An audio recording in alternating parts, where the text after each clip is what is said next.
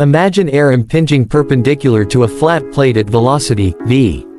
It doesn't matter whether it's the air moving or the plate, but rather the relative velocity of the two. As the oncoming air stops against the flat surface, the kinetic energy it has is converted into pressure energy. That pressure is called Q, the dynamic pressure. It is, as you'd expect, proportional to the density of the air. Engineers call that ρ, because using Greek letters makes their calculations look cool. It's also proportional to the square of the velocity, v. So Q is equal to 1/2 ρ times v squared. I save time by looking it up on a table I keep handy. If a MotoGP bike in the recent Sepang preseason test moves at 335 km per hour, that's about 208 miles per hour, that's 305 feet per second. Here on my table it says Q will be equal to 0.052 times the local still air pressure, roughly 5%. Sea level pressure is nominally 14.7 pounds per square inch, so Q acts on each square inch as an extra 14.7 x 0.052 equals 0.764 lb square in. Multiplying times the 144 square inches in a square foot, we get 110 pounds of drag per square foot of flat plate area, which becomes heat delivered to the engine oil into the drive chain, equivalent to 16.6 kitchen toasters. If we estimate the frontal area of our MotoGP bike as 4.5 square feet, we find that if Q acted on an equal square footage of flat plate it would produce a drag force of 4.5 x 110 equals 495 pounds. We know that 1 horsepower is the ability to lift 550 pounds 1 foot in each second. To get the power consumed by overcoming that 495 pounds of drag, we first find the foot-pounds per second that will be required. We multiply the 495 pound drag force times the 305 featuring sec. Bike speed to get 150,975 feet. lb sec. Then divide by 550 to get the horsepower required, which rounds out to 274. Trying to make sense of the various losses.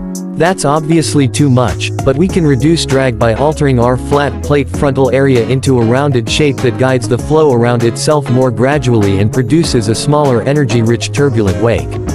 If we regard the drag in flat plate form as 100%, we may reduce drag to something like 60% of that under the basic 1958 FIM rules that require full exposure of the front wheel and essentially forbids streamlining behind the rider. The percentage of flat plate drag achieved by a given shape is called its coefficient of drag, or CD. In our above example, if we manage to reduce CD to 0.6 R aero horsepower requirement at 208 miles per hour drops to 0.6 x 274, or 164 horsepower. That's actually reasonable, as there has to be power left over to overcome tire rolling resistance, and to deal with the friction losses between engine crankshaft and rear wheel. I reckon each transmission of power, by primary gears, transmission, and drive chain, eats 2%. A total of 6% of 277 horsepower is 16.6 horsepower, which becomes heat delivered to the engine oil and to the drive chain, equivalent to 16.6 kitchen toasters. One estimate of rolling resistance says 0.02 times the weight. If bike, rider, and fuel total 570 pounds, then 0.02 x 570 equals 11.4 pounds. To get horsepower required to overcome that we multiply times velocity, 305 featuring sec. From the example above to get 3,477 feet. lb sec. And dividing by 550 we get 6.3 horsepower consumed by this crude estimate of rolling resistance. Got a spring scale, a bike, a rider, and a level paved road. Now we subtract for the losses, which are 164 horsepower for aero, 16.6 horsepower for driveline friction, and 6.3 horsepower for rolling resistance, giving us 187 horsepower of loss. If I estimate the peak power of a MotoGP engine is 277, that leaves 90 net HP still accelerating the bike the instant before the rider brakes for the next turn. No circuit on the GP calendar allows these bikes to reach their actual maximum speeds. I cheerfully admit that the above is playing with imaginary, estimated numbers. Some will, for example, remind us that it's usual to estimate 15% loss between engine and rear wheel, But that would send the heat from 41.5 kitchen toasters, that's 31,125 watts, into the engine oil and drive chain.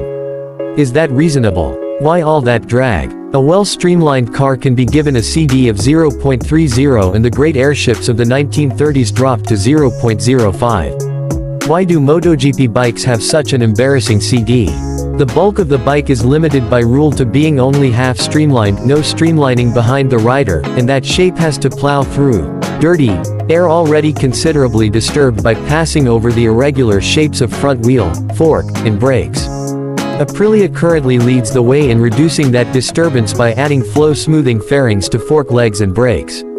The Blue Blazer boys of the FIM in years past were very strict in enforcing its 1958 rules, so this is something of a departure. Ducting air into the normally low-pressure region behind the front tire.